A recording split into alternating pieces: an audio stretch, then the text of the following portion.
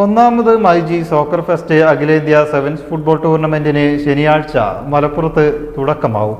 വൈകിട്ട് 7:30 Malappuram MSP LP സ്കൂളിലെ സ്റ്റേഡിയത്തിൽ വെച്ചാണ് മത്സരം. മലപ്പുറം സോക്കർ ക്ലബിന്റെ നേതൃത്വത്തിൽ മലപ്പുറത്തിന്റെ ജനകീയ കൂട്ടായ്മയാണ് ടൂർണമെന്റ് ഒരുക്കുന്നത്.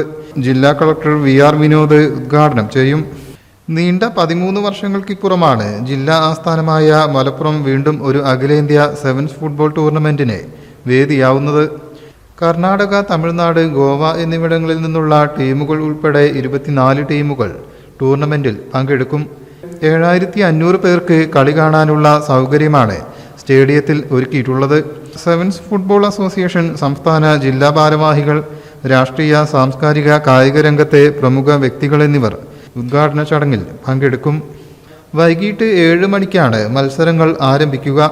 ആദ്യ മത്സരത്തിൽ AYC ഉച്ചാരക്കടവും ലിൻഷ മെഡിക്കൽസ് മണ്ണാർക്കാടും തമ്മിൽ ഏറ്റുമുട്ടും. 60 രൂപയാണ് ടിക്കറ്റ് നിരക്ക്. ടൂർണമെന്റിൽ നിന്നുള്ള ലാഭവിഹിതം ക്ഷേമപ്രവർത്തനങ്ങൾക്ക് വിനിയോഗിക്കുമെന്നും സംഘാടകർ പറഞ്ഞു.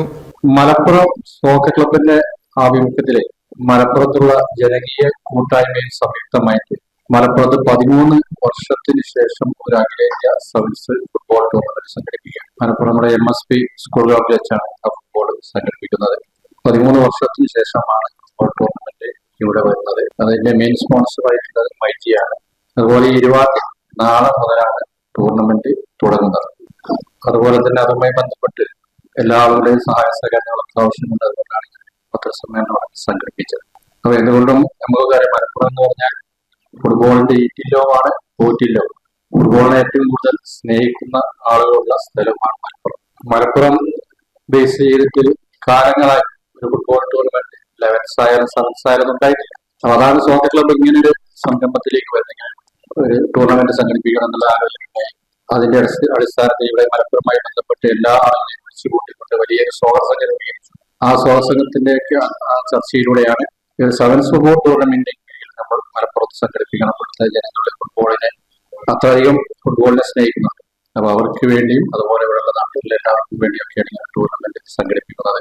PK Kunjan, PK Asalu, super Ashraf, MA Latheef, eastern Saleem, Jabir Paravath, KM Alavi എന്നിവർ വാർത്താസമ്മേളനത്തിൽ സംബന്ധിച്ചു.